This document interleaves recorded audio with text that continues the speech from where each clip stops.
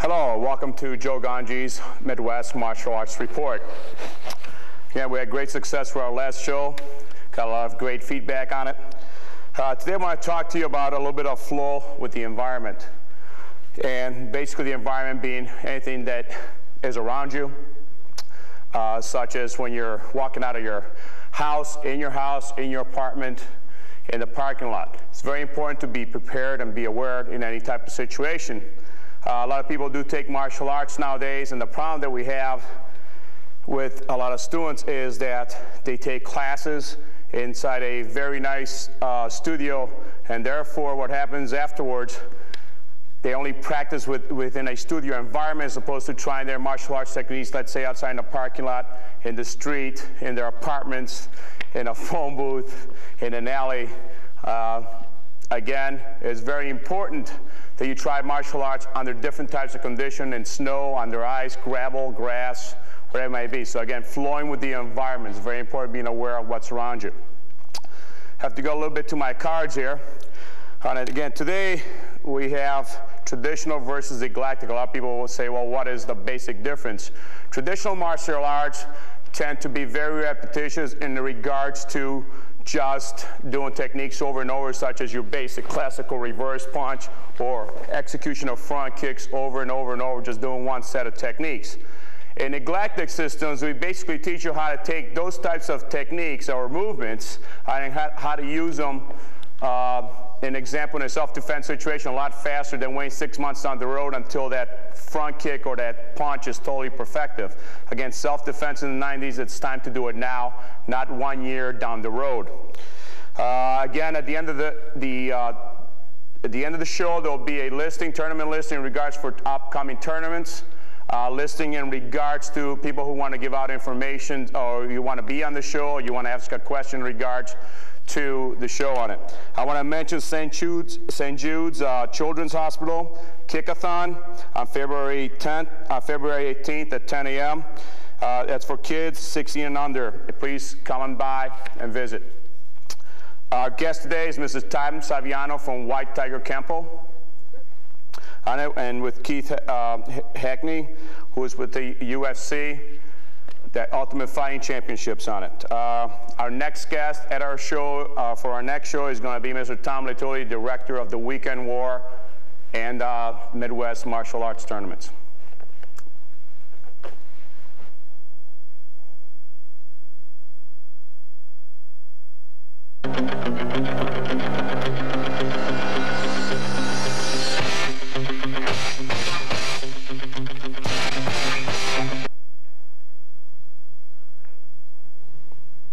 Hi, welcome back to Joe Gangi's Midwest Martial Arts. This segment of the show is called Self-Defense in the 90s. Today we're going to show you different situations, or a couple different situations, in a self-defense aspect you might encounter out in the street. My assistant today is going to be Sensei Kevin Kamikaze Miller. I will be assisting. We're going to show you a situation. Let's say when you walk into your, an example, our lovely mailbox here, and we're depositing an envelope, and somebody comes up alongside of us and grabs us by the shoulder. This is going to be our first scenario. So again, as you're walking out, Kevin, you're going to deposit on it. The opponent does grab your left, check. What you want to do is come back to the groin, elbow, and back kick him out of position on it. Okay? Now, this time we're going to do is we're going to show you in slow motion. You know, as I'm approaching here, I have to be aware of my surroundings. My opponent's on my left. So I deposit. I'm checking so he doesn't interfere. My hands are up. I'm striking the groin area. Coming back, elbow, slight step out, kicking at the groin level, dropping it, and I'm out of this position. Excuse me if this stuff happens, faulty mic, we'll adjust it. Okay, second scenario is going to be where the opponent, after you have dropped off your mail, he does grab you from the rear. So again, I've dropped off my mail, I'm walking out, all of a sudden the person bear hugs me from the rear, I'm going to headbutt him, groin, set up, sweep, and finish. Okay. Again, as I'm walking out, my opponent grabs me. So coming out, I'm going to sink out, headbutt, boom, take it, sweep, and finish out. Okay. Our third scenario is I'm walking out of here. What's going to happen is my opponent's going to have a front-to-front confrontation here. Okay. So therefore, as I'm going towards my mailbox, my opponent's going to Technique's going to try and get in my face by shoving me. I'm going to try and avoid it. Now, again, as he comes in towards me, he's going to reach, come in again, trapping down, kick to the groin, elbow, face rip, and down. Okay? Again, as he grabs towards me, trap, boom, groin, face rip, and down. Okay. Next situation, our opponent's going to grab with his left hand. So you guys left hand, he's going to swing at me right. I'm going to block, cross, upward, clawing the face again, leg rip, down, and I'm out of position. I'm running away from the target. Okay. Second situation, the opponent's going to come in, swing at me straight right hand, going to sidestep groin, striking the rib, arm break over, stomping to the head area, getting out of there. Give you a left look at this, comes in left hand, sidestep groin, hit, down, stomp, and I'm out of position, I'm out of there. Again, make sure when you're doing these techniques that if the opponent does come in, you don't stand and just lean away. Sidestep your attacker, kick to the groin, punch the ribs, reset, arm break downward, step over, stomp, and get out of there. Do not admire your work. Get out of position fast. Okay. Now, second situation, opponent shoot a left hand. Okay, blocking 1, 2, 3, 4, 5, 6, 7, 8, 9, 10.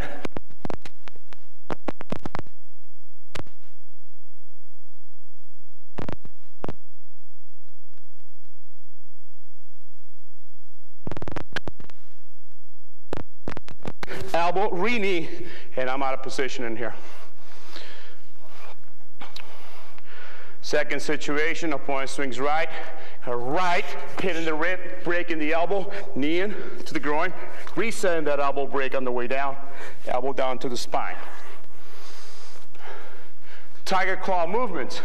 Comes in left hand again, block, 1, 2, 3, 4, 5, 6, set, rip across the knee, stomp down. Done slow, blocking, 1, 2, 3, 4, trap, sweep, and moving downward.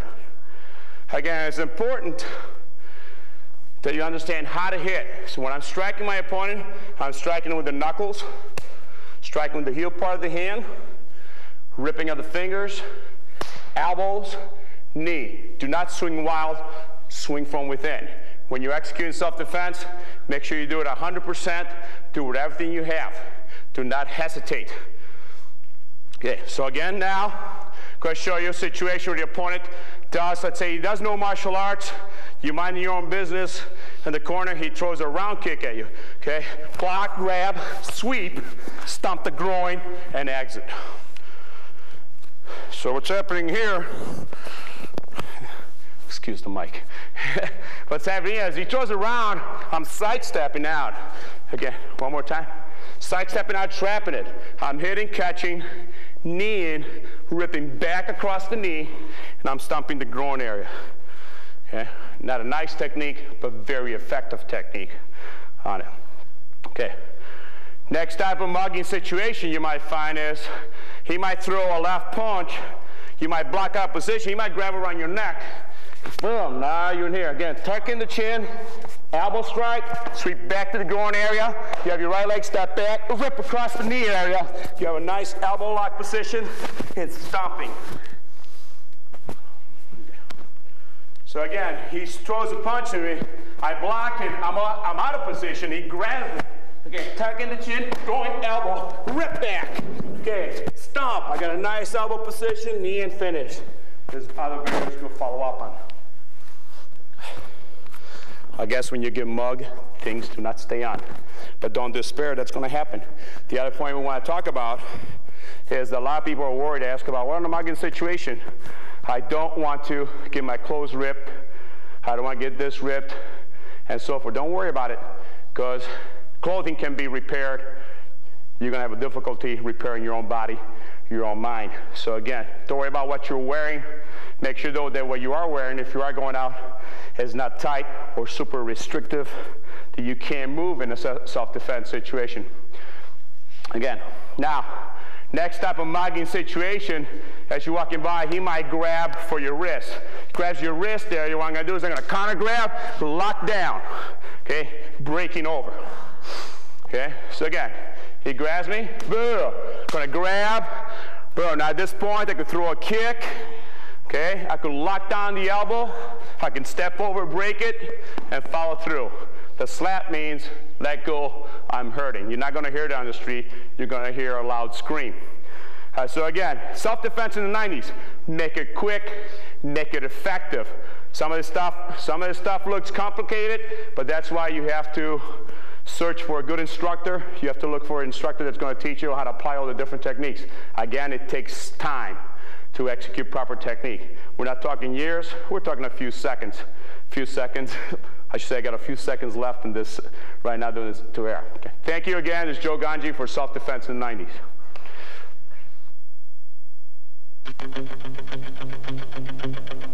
Hi, welcome back to Joe Gangi's Midwest.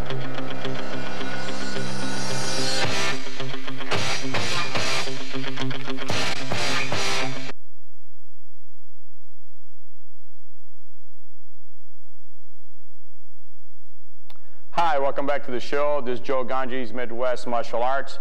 This is the youth spot, or the youth section, youth report of the program. Today we have Scott Bartsh on our left, on it, Warren Carberg in the center, and Anthony Loiacono here on my right.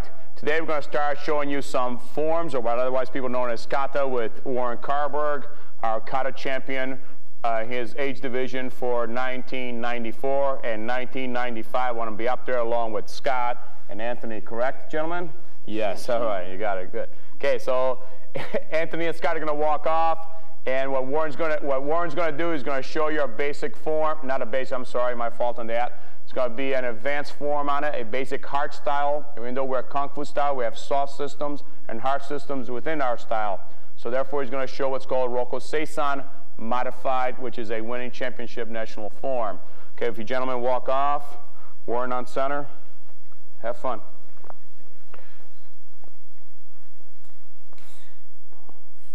You have the bow and the break, blocking, punching, back fisting. Okay, your judge on the blocking, the focus.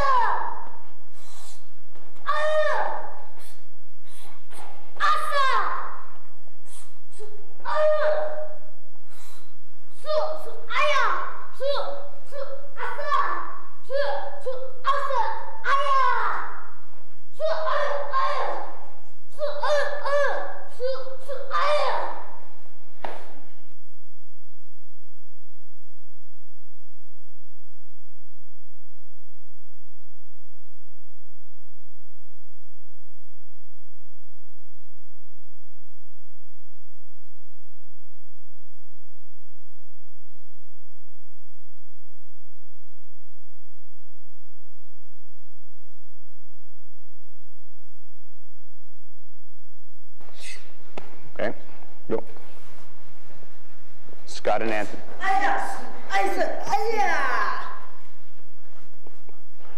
Okay, notice Anthony's blocking, kicking, grabbing, kneeing, elbowing down. And Scott attacks and kicks, grabs, elbows. Next attack. And Scott blocks, kicks. Kind of slow motion. Blocking, kicking the leg, knee to the rib area. Next attack.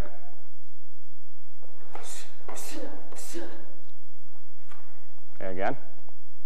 Side step, kick to the groin, kick the thigh, boom, comes off of another punch and counters.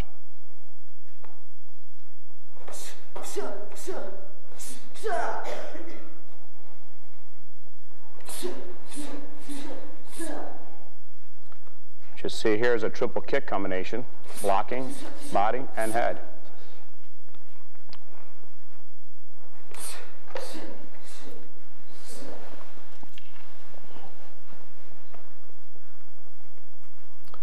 Okay, this is going to be defense against grabs.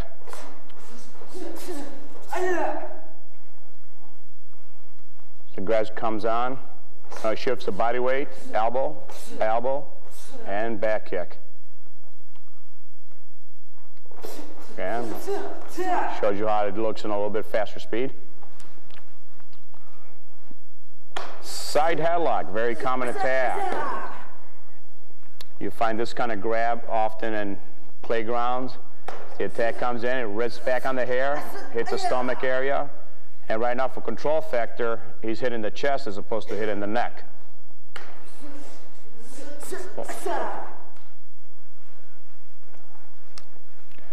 Next, we're going to move to club defense.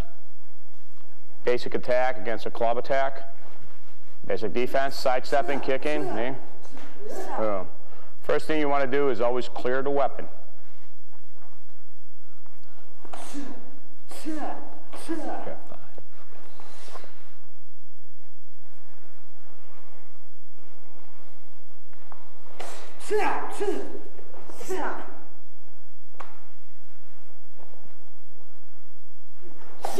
now the sights, boom.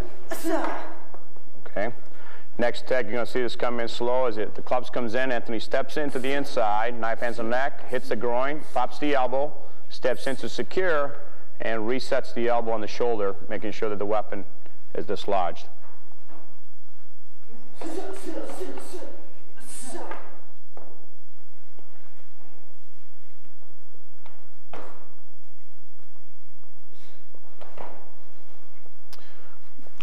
Okay, good gentlemen, pick this up from me again. Now what you've seen here is some basic situation. What you have to learn to do in the basic situation is, first of all, get down your blocks, get down your sidestepping ability, and you have to repeat the movements over and over and over until they almost become just second nature. Again, do not attempt this off the bat. Make sure you have proper instruction, you get proper instruction through a proper school on it. What you want to basically do when you are practicing this technique is take your time. Do not get out there and rush and say, well, I can do that, because you could definitely get hurt on the first swing. Which means that, in other words, if I miss my first technique, everything else does not follow through. An example, if you watch again, Scott, okay, let's say he does a reverse swing. Anthony's going to go to the outside, jamming it, okay? He's going to come around, trap back, and come back across the neck area, okay? One more time, reset again. Do it from this side so we get a better angle of what we're doing here. You know what's happening. So when you practice, you have to practice slow, making sure you get the proper position and angling down, okay? Reset again. What people don't see here is basically making out the block. Execute the block slow for me, please. Boom, proper placement of the block, proper position with the stance. Again, then he wraps the arm around the neck area, comes around. All these different techniques have to be applied one at a time until you get a proper flow from one angle to the other. Okay, an example, against an overhead attack, execute overhead attack, you know, as he goes to the side by basically sidestepping, okay? Reset that again. So first, though, you have to do first things first. Make sure as the club comes in, Anthony sidesteps, okay? Now he kicks to the groin, punches to the head, boom, and sets up with an arm bar as he takes him down, boom. Okay, now that's slow. After you've practiced this X amount of time slow, then you can do it fast. Gentlemen, can you show that fast, please? Boom. And down. Okay. Give him the club, friend. Okay. Now, next thing again, done slow. Anthony's going to swing at him from the outside. Scott's going to come into the inside and block. Again, you know it's a double hand block. Again, the hand, you have to hit the forearm, you have to hit the bicep, then you have to trap the hand and grab it so he doesn't come back with a second swing. He hits the neck, follows through to the groin, rips back on the arm, boom, can grab the weapon, take the weapon away from the hand, and he could hit back if need be. Boom. Okay. Again, one more time.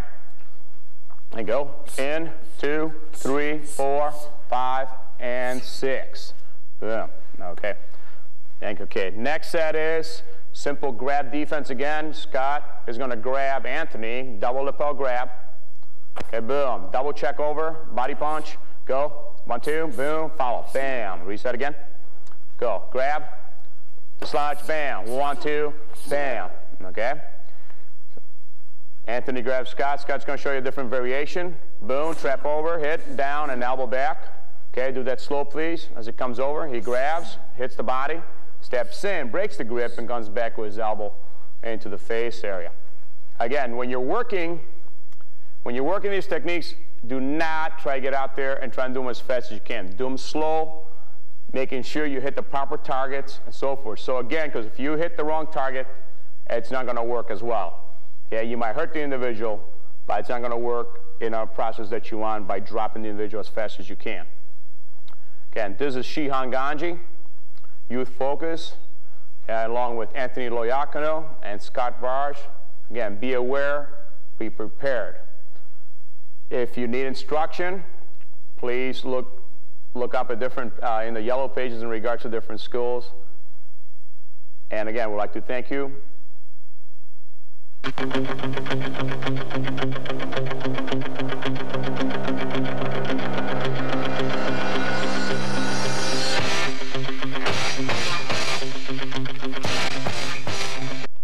Hi, welcome to this segment of the show on it in Focus. Today, Mark is going to interview Mr. Saviano from White Tiger Campo. Mark, take it away.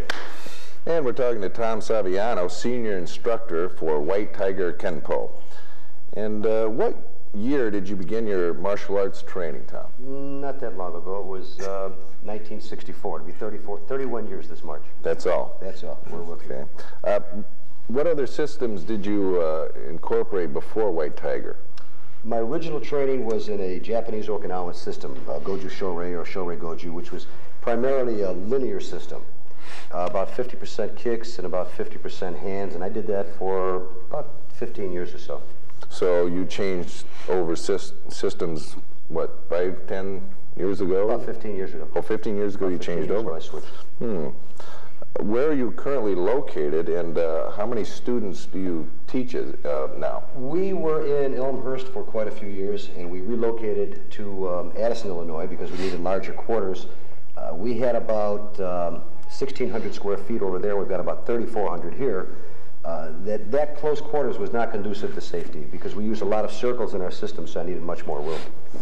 How many black belt instructors do you have at your school? Including myself, we have a staff of 19 total. 19? Mm-hmm. What exactly is it that you teach at your school that makes it different from the surrounding schools in the area?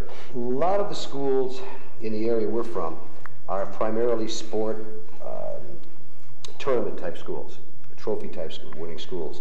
In our school, we have, it's not like can you throw a punch, can you throw a kick. We work at 5 ranges. We work the long range of kicking, the hand style, the knee and elbows. Then we work in tight, upright grappling, and then eventually ground fighting. And it's geared primarily for the street, as opposed to tournament fighting. We get qualified in tournaments, and it's not something to be proud of. It's just you can't gear yourself every night to do a certain thing and then go out and try and control it in the tournament circuit. So it is quite different. We have quite a few police officers, bouncers, bodyguards, and people like that as students. Well, let's talk a little bit about the UFC, which is Ultimate Fighting Challenge. Mm-hmm. Why did you select Keith Hackney to represent your school? Well, we've got a large school, and we've got quite a few black belts in the school, and also a lot of black belts training from other systems. But Keith is pretty well diversified as far as all 5 ranges, the kicking, the hands, knee, elbow, upright grappling, ground fighting, and also he's got a tremendous heart. And on top of that, he really wanted to do this.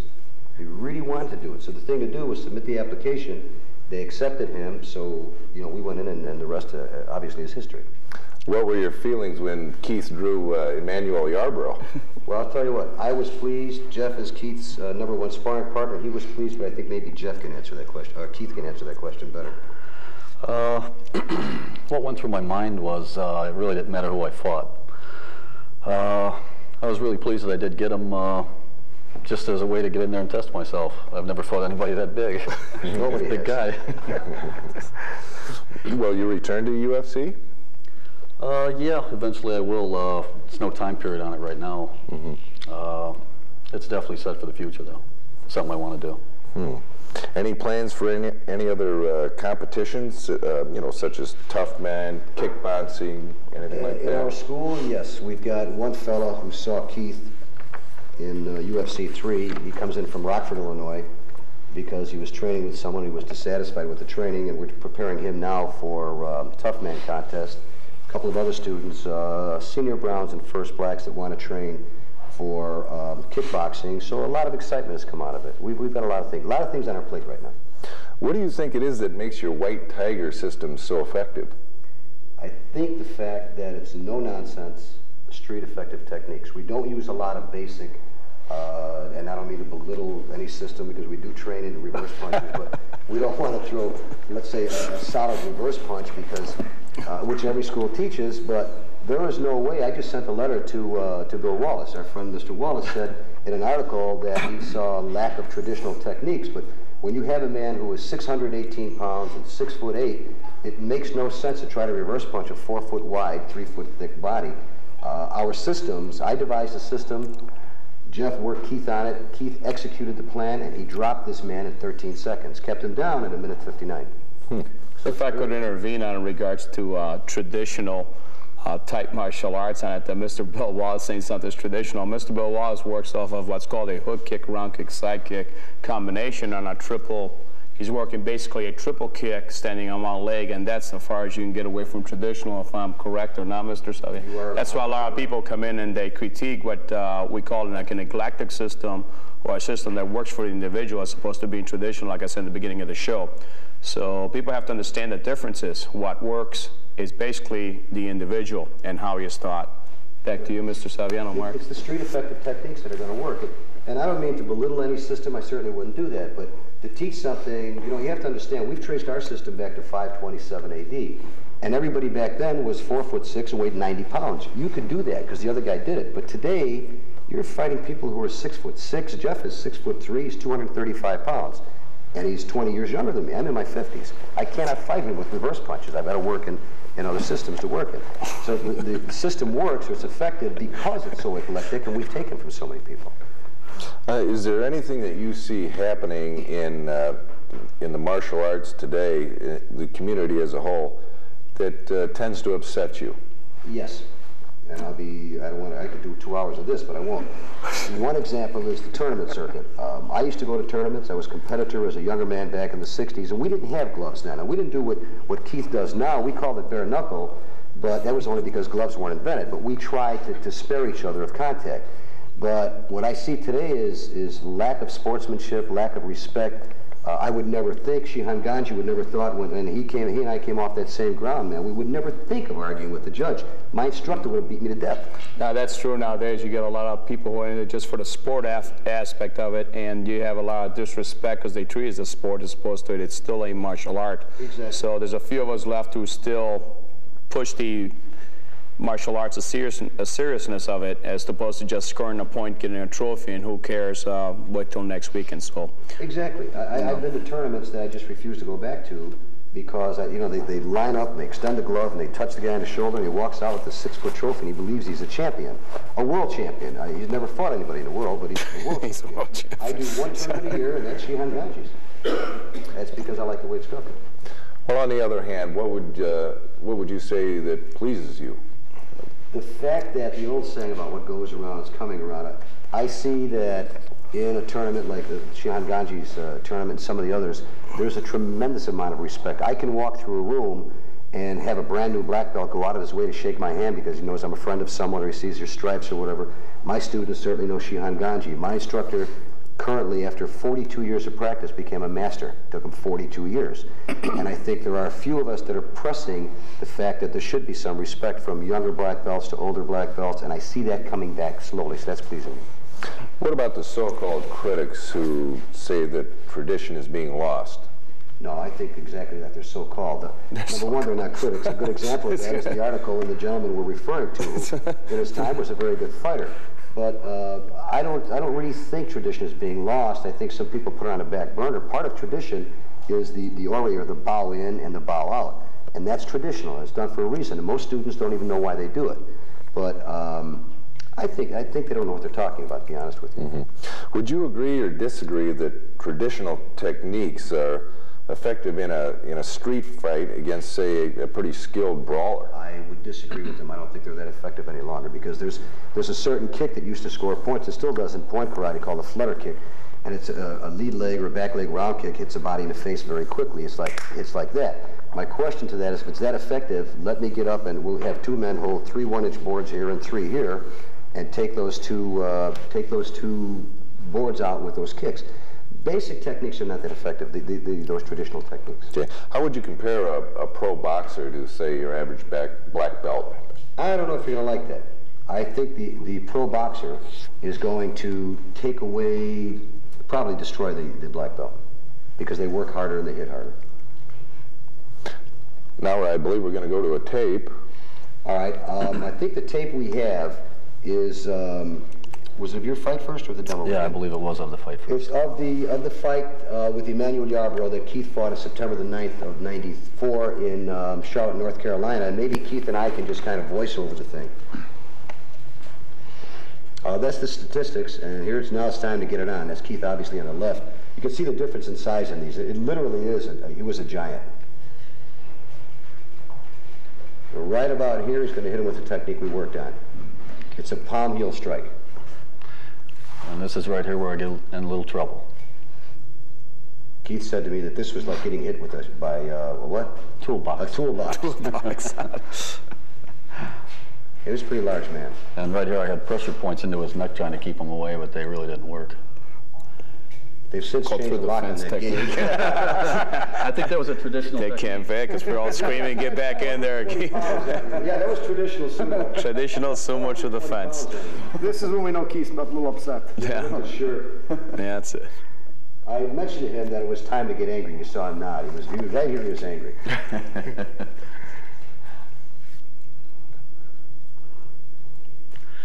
It looks like you're trying to draw him in a little bit. Yeah. The only problem was most techniques wouldn't work on him because he was so big. You really couldn't hit him in the body, or you definitely had to go for the head, and it wasn't hurting him in the legs. It just kept coming. See, strategy was to go to his legs and let him think we were staying at the legs, and then get him to go for the legs so he can go high. Yeah, and he went for it. Because Keith was taken with the side kick, the lead leg side kick. You'll see he'll reach for it, and that's when he's going to take the shot in the eye socket, which was the primary target. And he went down. It was basic strikes. It was our version of the upswing. I mean, of an uppercut, which you call upswing, and here we go. Yeah, at this time I was doing uppercuts leaning into him, trying to push his weight back, knocked him off balance. And he was a lot faster than people realized. I think the thing is, though, we talked to Emmanuel, he said he didn't want to be there once he started getting hit. Yeah, he was very strong man. This was what, Keith, 41 strikes in a row? Yeah, 41. Close. So I counted It felt 41. like 15. 15.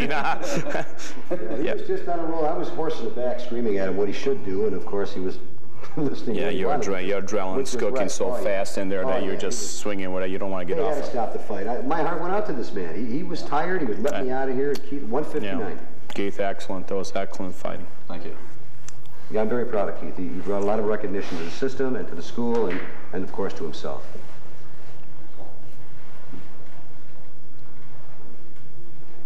He's pretty well bloodied, isn't he? Mm-hmm. Yeah, that was rough. That was rough.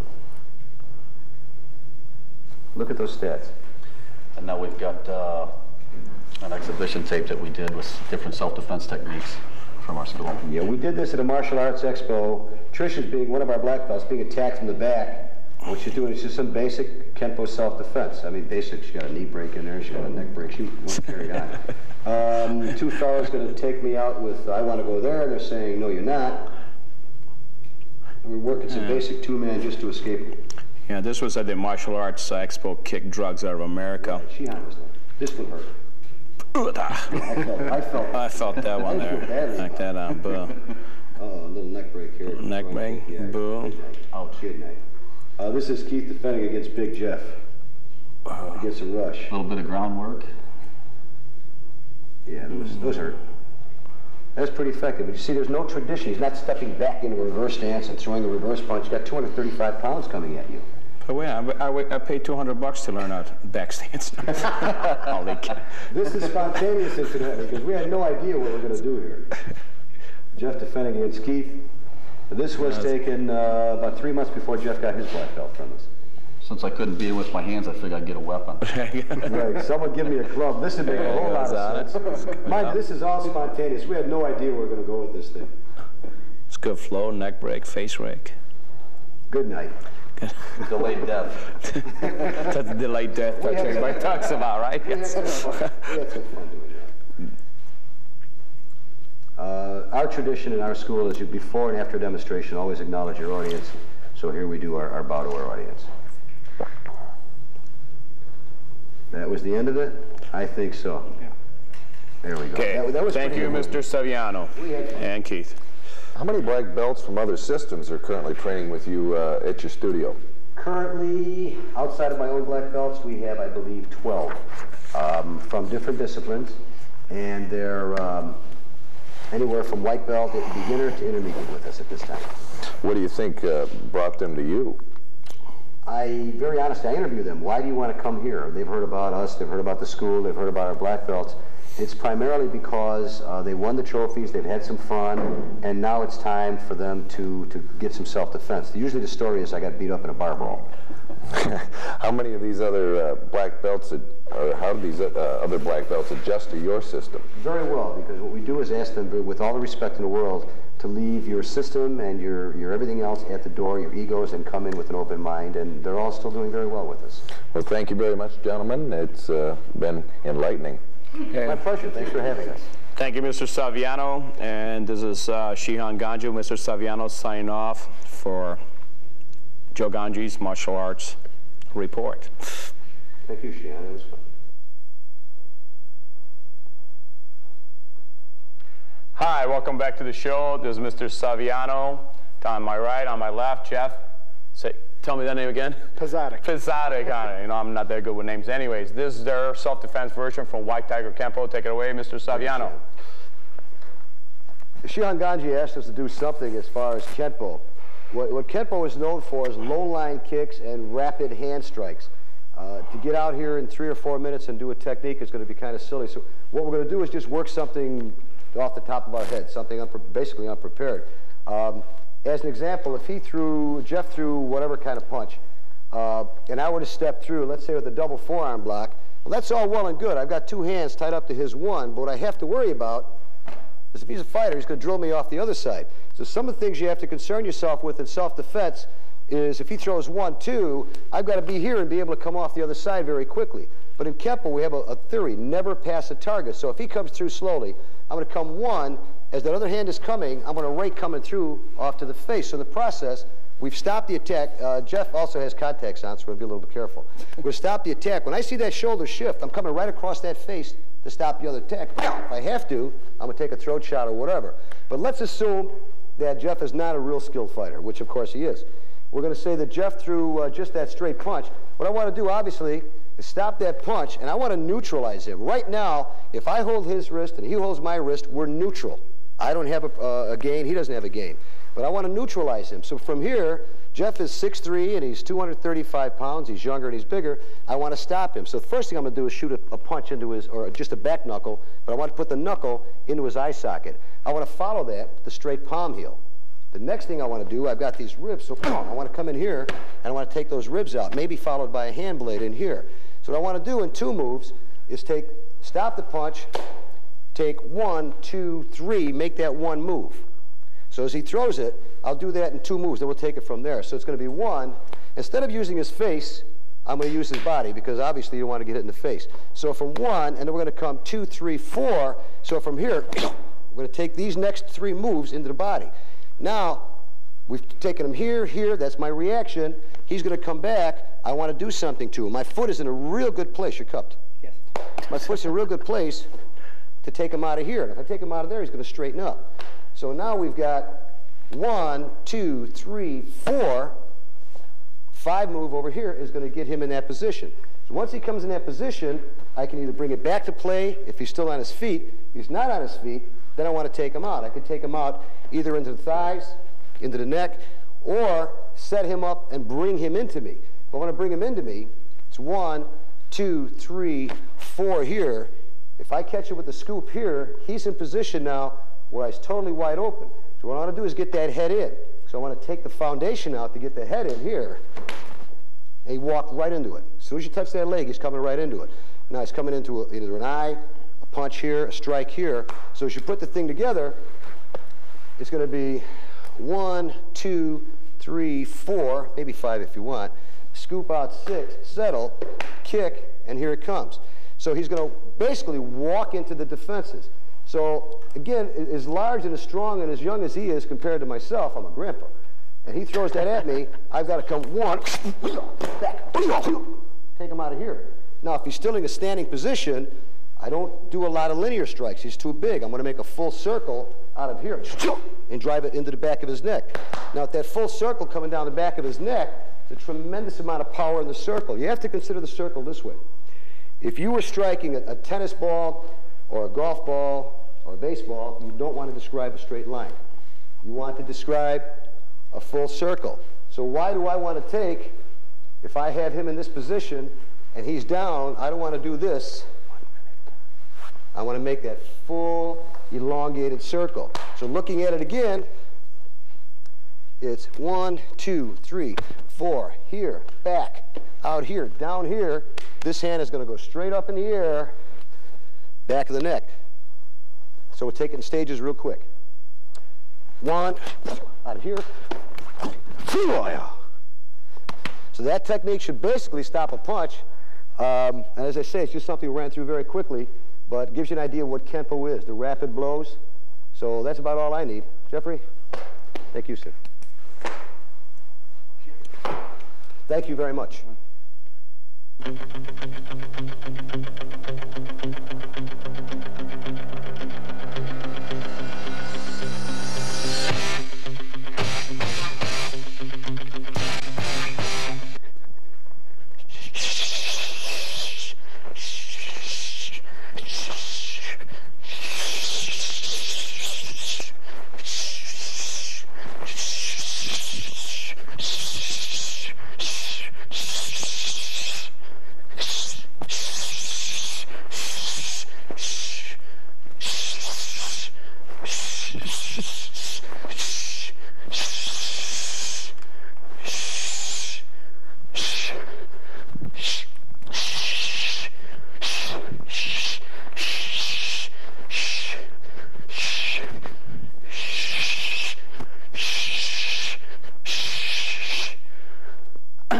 Hi, how you doing? My name's Kevin Kamikaze Miller. Thanks for showing up to this part of the kickboxing report.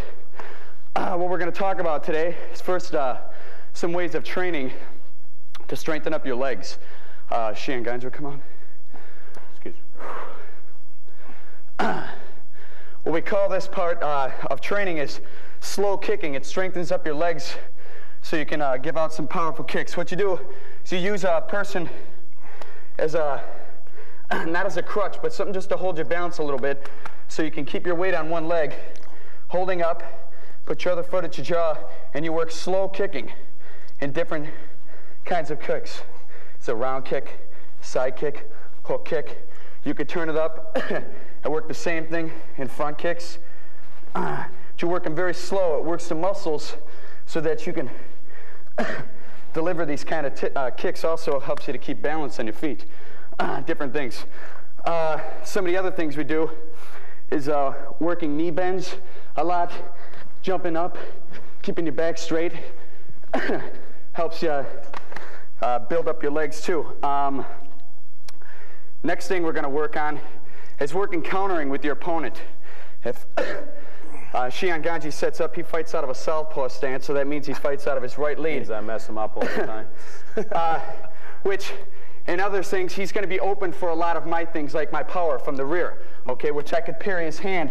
He's going to be most likely open for my right hand, but I'm going to be open for his left cross, okay? What we're going to work now first is off of him throwing a lead jab, I'm going to work a parry to the inside, which is a little block to redirect his punch. Now, as he throws his punch, I parried and I move my head out of the way. Bam, I'm going to work a counter to the body. Throw it again. Throw it again. Throw it again. Okay, off of that same technique, he throws a jab again. I could work a parry, cut an angle, work a jab, cross. Bam, I got a perfect setup for a round kick to the body. A boxer, a lot of, bam, he'd be cutting in a little tighter, probably, most likely, but I'm a kickboxer. I like to use those feet, bam, if I can move those feet in there. Next thing, what I'm going to be working off with a southpaw is I can work off of his cross hand, bam, I'm working a parry to the outside. Okay, now as I do that, bam, I'm going to work this lead jab. So I work parry, bam, lead jab, parry, bam. Okay, off of the same technique, he could throw his cross. I'm going to throw another parry, throw it again, and I'm going to work a front kick into his body. Bam. Working that front kick, bam. Okay, bam. All right, next shot, setting up. You always want to cut an angle on your opponent. If I stand in front of him, I'm working power on power. So I'm dealing with his power straight up. I always want to move out of the protective of his weapons. When I move out of that, I got to keep my hands up. If he was to switch up, okay, and I moved out here, the only thing I got to worry about, bam, is that spin. So I got to keep this hand up. Now, what a lot of kickboxers don't use in our type of fighting with our kicks above the waist is they do not use the sweep to the leg, which I use to knock my opponent off balance. So I could use this parry, cross, jab to the body, and use this to set up other techniques. I could use here, bam, bam, boom. Work it again, inside, bam. Just using that quick sweep. Okay, next we're gonna go, if he's a orthodox fighter, off the same thing, I'm going to work a parry, okay, and a lead hook. I'm going parry, lead hook. Parry, lead hook. As you notice, every time I parry, I'm not just keeping my hand here, okay? I'm moving my head. And if I move to the inside, I got to deal with what's coming next. Right cross. So I'm going to move to the outside, all right?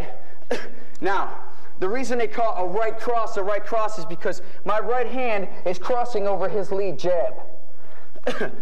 So off of the same parry, I'm going to work from here. Bam. I'm going to right his arm back. You ever see a fighter that throws his jab like this? Okay? That's how you want to pick him off. Bam. I'm going to take the straight path, straight back.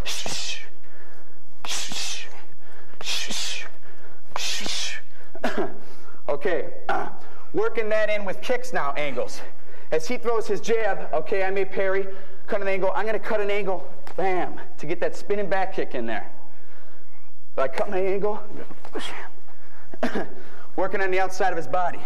If I throw from here, I could do it if I'm fast, but I want him to think I'm moving out, bam, I'm coming on an angle. Wish I could switch it up.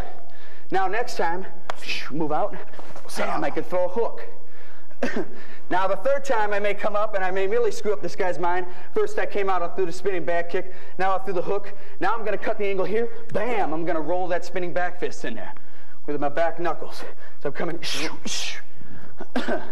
I may follow it up now with a lead leg. Okay, going in one more combination. What we're going to work is I'm going to work jab. Okay, he tries parrying my hand. What I'm going to use that against him.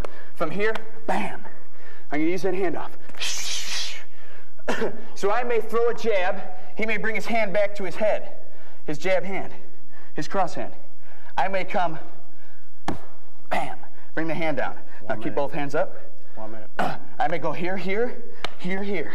Bam, bam, bam. Now I can throw an uppercut. So I'm coming here, bam, bam, bam, bam, bam, and I can slip into the body. That's about enough for the techniques today. I'd like to talk about some of the upcoming events we got coming up. January 21st, we have a kickboxing show out in DeKalb, and there's one coming up February 25th in Chicago, Illinois. So look at the number at the end of the show if you want any information about it. Signing off. Okay. At the end of the show, again, look at the P.O. box. If you have any questions, anything you want to ask, please write us. Thank you, Sensei Kamikaze. Who's?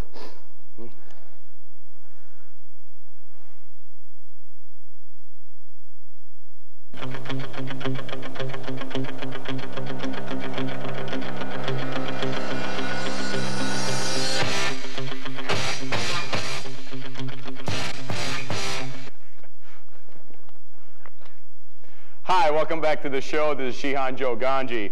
Today on Wild American Samurai Tales, a little story when I used to train in Addison, as of course was one of my first studios was located. We had a young gentleman come in. He was, I'd say, maybe in his early 20s. And his claim to fame was basically that his instructor taught him all these death touch techniques, so the ability to touch somebody and the person is going to die in X amount of hours, so forth and so on. Again, this is wild American samurai tales, and you have to hear the very tail end of it. And whether it's fact or fiction, it's totally up to you. Anyways, I keep saying anyways. I don't know why, but I keep saying it. In regards to the tale, a gentleman comes in, and he basically claimed that some of the kicks that we were using at the time were ineffective, and that his instructor taught him how to grab the leg and rip the tendons out, and how to grab your heart and rip it out, and so forth. So he comes up, and we told him to basically step on the mat and execute a couple of his techniques on it. And when he executed his technique, I basically left myself open on it. And he hit me with what's called one of his death palm strikes, or whatever the case was, on it, square in the chest on it. And I basically asked him whether I had enough time to go and get flowers and tell the individuals in my family as to get ready for a funeral. I wanted to know as to how much time I had before I died. Now, the other thing, what he did was we asked him about how he can rip the tendons out, upon which he tried to grab the leg. As he went for the leg, he basically got knocked out. That's our first samurai tale. So whether it's the fact, truth, could be fact, could be truth. This one is a fact, and it's the truth on it. So be aware, be prepared, and don't forget, what a lot of people tell you might be fact, might be lies. You have to get out there and check it out for yourself on it. There's a lot of stories. If you have a story to share with us, please send it in. At the end of the show, you'll see an address box on it. Address it to Alan Ross with the address and the P.O. box. And if you have anything else in regards to the show that you want to talk about, you have an interesting story or a tale that you might have heard, please send it in.